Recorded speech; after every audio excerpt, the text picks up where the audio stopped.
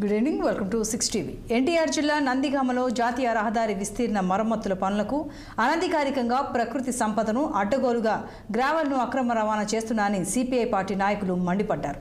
Mining అధికారులు, అధికార party నాయకులు కుమ్మక్కై ప్రకృతి వనరులను దోచేస్తున్నారని, ఇప్పటి వరకు 5 కోట్ల గ్రావెల్ను అనుమతి లేకుండా రవాణా చేశారని సిపిఐ నాయకులు తెలిపారు. రాఘవపురం గ్రావెల్ కొండలను పరిశీలించి సిపిఐ నాయకులు అధికారులపై, ప్రభుత్వంపై నిప్పుల వర్షం కురిపించారు. గతంలో ఉన్న వైసీపీ ప్రభుత్వం కూడా గ్రావెల్ను అక్రమ రవాణా చేసి కోట్లు గడించి ఘోర ఓటమి పాలైందని గుర్తు చేశారు. గ్రావెల్ అక్రమ రవాణాను ఆపకపోతే తీవ్ర స్థాయిలో ఉద్యమం చేస్తామంటూ హెచ్చరించారు.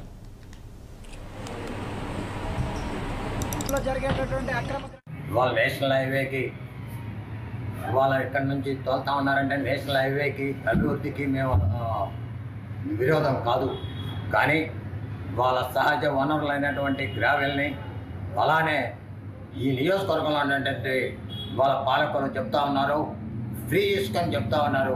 ఆ ఇసుకని గ్రావెల్ని దోచుకుంటా ఉన్నారు.